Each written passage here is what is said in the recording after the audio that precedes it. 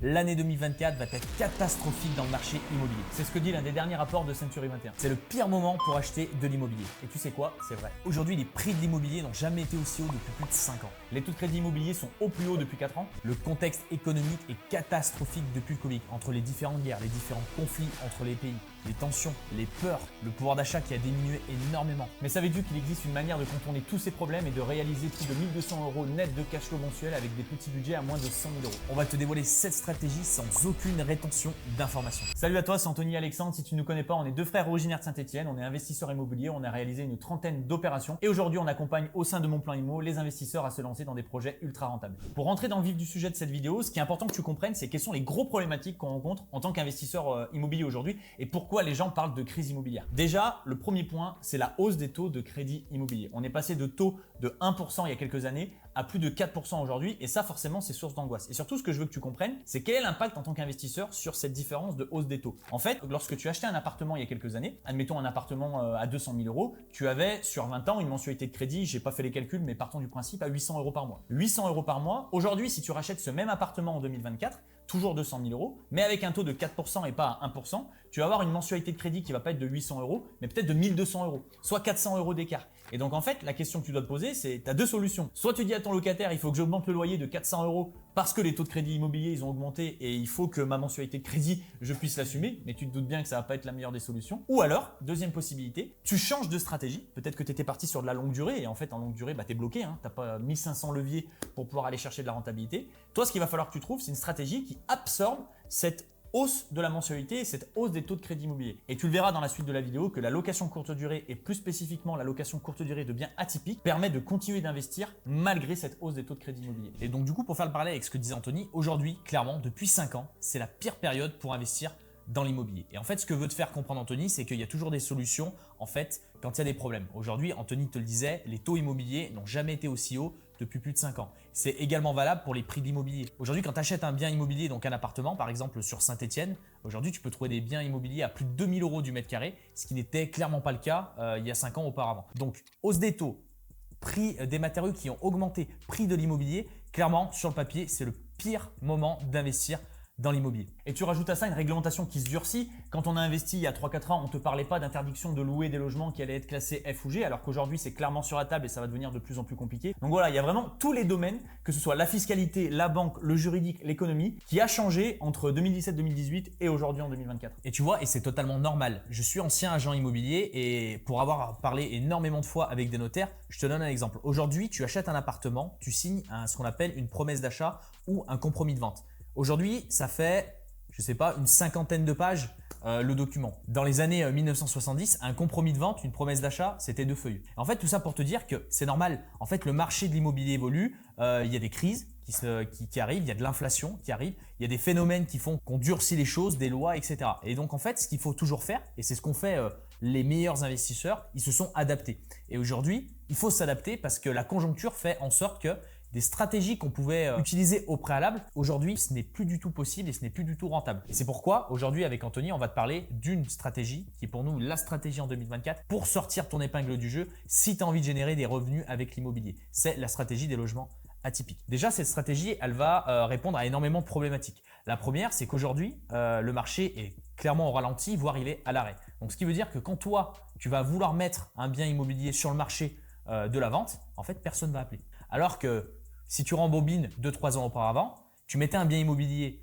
sur le bon coin, tu avais des dizaines et des dizaines de coups de fil d'investisseurs. Donc là, ce qu'il faut te dire, c'est que toi, tu vas te mettre dans la posture de l'acquéreur et pas de la posture du vendeur. Un vendeur va mettre un bien sur le bon coin, il va avoir aucun appel. Donc, il va avoir ce qu'on appelle un phénomène de doute. La personne va douter, va vouloir vendre parce que peut-être que par rapport à sa situation personnelle, la personne doit vendre. Et donc, du coup, il va se passer un phénomène inverse qui n'était plus possible depuis 2-3 ans, c'est que tu vas pouvoir de nouveau négocier des biens. Et en fait, les prix qui vont être affichés sur les plateformes comme Le Bon Coin, Se Loger, Bien Ici, en fait, ne vont pas du tout être la réalité du marché auquel ils vont se vendre. Donc toi, quand tu vas voir un bien affiché, on parlait d'un appartement tout à l'heure à 200 000 €, tu vas peut-être pouvoir le négocier 160, 150 000 €. Tu vas peut-être pouvoir l'acquérir à 150 000 € ce bien.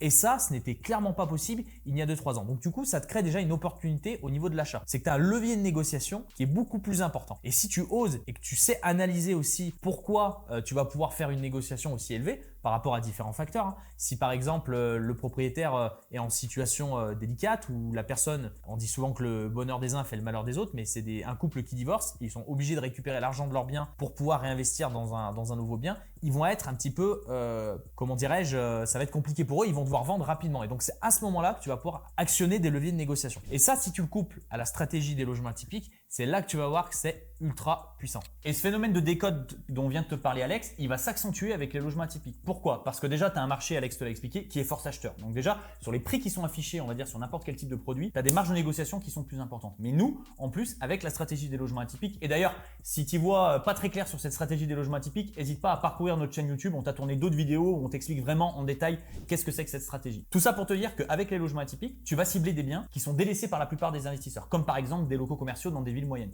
Et donc en fait, en plus déjà du contexte qui fait que tu as des gros leviers de négociation, le fait d'avoir une stratégie bien particulière et que tu vas cibler des biens qui, en plus, personne ne veut dans un marché qui est compliqué, tu vas pouvoir faire des décotes et des négociations qui sont encore plus importantes. Et le dernier élément qui va te permettre de créer des décotes sur des appartements et de profiter du contexte actuel, c'est le DPE. Aujourd'hui, des logements qui sont au niveau énergétique classés en F ou G pourront bientôt ne plus être loués. Et donc, si tu tombes sur un propriétaire qui a ce type de produit, eh ben, tu vas aussi pouvoir actionner ce levier de négociation que tu ne pouvais pas avoir auparavant. Donc là, c'est juste quelques petits éléments qu'on veut te montrer avec Alex. Il y a plein de choses qui sont négatives depuis quelques années, mais il y a aussi des choses, si on est intelligent et malin, qu'on peut utiliser à notre service pour pouvoir réaliser de bonnes affaires. Et donc ça, c'est pour la partie théorie. Mais ce qu'il faut que tu comprennes, c'est dans le concret aujourd'hui, comment tu peux t'y prendre pour tirer profit de ce crack immobilier ou en tout cas de ce que les gens appellent un crack immobilier. Nous, on continue d'investir en 2024, on continuera en 2025 et on continuera en 2026. Il y a des portes qui se sont fermées, on t'en a parlé, donc celle-là, on n'en parle plus.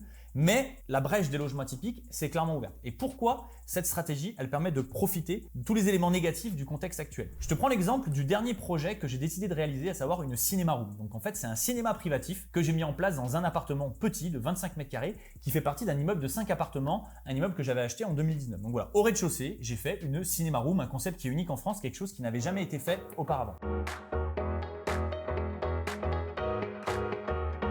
Donc toujours pour aller dans le même sujet que te disait Anthony, on va te montrer comment la Cinema Room, qui est l'exemple, permet de contrer les différents problèmes qu'on peut avoir aujourd'hui. Et c'est l'exemple de la même chose par exemple sur la hausse des prix des matériaux. Si tu investis dans un bien classique, comme le disait Anthony, tu allais le louer 300-400 euros. Tes travaux peut-être qui t'auront coûté à l'époque 30 000 euros, aujourd'hui vont te coûter 50 000 euros.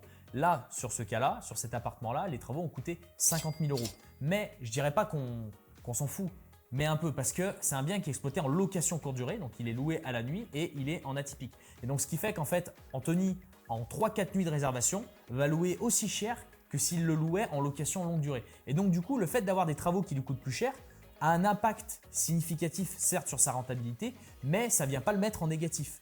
Tandis que si tu exploitais ce bien en location longue durée, tu passes tout de suite en négatif parce que là où tes travaux te coûtaient 30 000 euros, aujourd'hui, ils t'en coûtent 50 000 euros. Et donc, du coup, l'écart et la différence que tu as entre ton prêt immobilier, en fait, qui va être peut-être de 150 voire 200 euros, en fait, vont faire que tu vas passer peut-être d'un cash flow positif à un cash flow négatif. Et donc là, avec la stratégie des logements atypiques, ça te permet en fait d'absorber cette hausse qui te permet de rester rentable et même d'être très rentable. Et pour moi, un autre problème qui est résolu avec la stratégie des logements atypiques, là on va sortir de l'exemple Anthony de la Cinema Room, mais aujourd'hui tu veux investir dans l'immobilier. Les prix de l'immobilier sont extrêmement hauts et donc du coup c'est compliqué pour toi, par exemple si tu es au SMIC, d'investir 200-300 000 euros. Et donc du coup si tu veux faire de la rentabilité, tu n'as qu'une seule solution, c'est d'acheter un immeuble de rapport et de soulever 300-400 000 euros. Mais aujourd'hui, si tu gagnes un SMIC ou si tu es énormément endetté, que tu as déjà fait des investissements, c'est totalement impossible. Alors qu'avec cette stratégie de logement atypique, tu vas pouvoir te positionner avec des biens à moins de 100 000 euros et ça partout en France. On ne te dit pas avec Anthony d'aller sur Paris, Marseille, Lyon.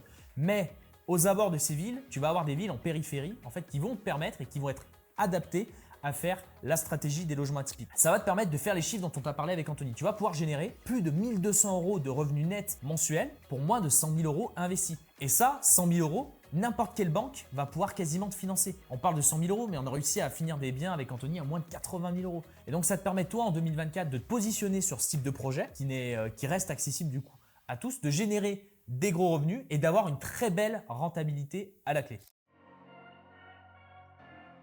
Et donc du coup, pour aller au-delà et te montrer aussi les bénéfices des logements atypiques, parce que toi, ce qui t'intéresse, c'est certes que ça fasse de la rentabilité et aussi sur du long terme. Et en fait, ce qu'il faut comprendre, c'est que les logements atypiques, ça répond à un vrai phénomène de marché. En fait, ce qu'il faut comprendre, et j'espère que tu l'as compris au début de la vidéo, c'est que tu vas pouvoir te focaliser sur des biens qui sont délaissés et que tu vas pouvoir bien négocier. Donc toi, en tant qu'investisseur, tu vas aller sur des biens qui sont délaissés et donc du coup, tu vas pouvoir acheter des biens peu chers.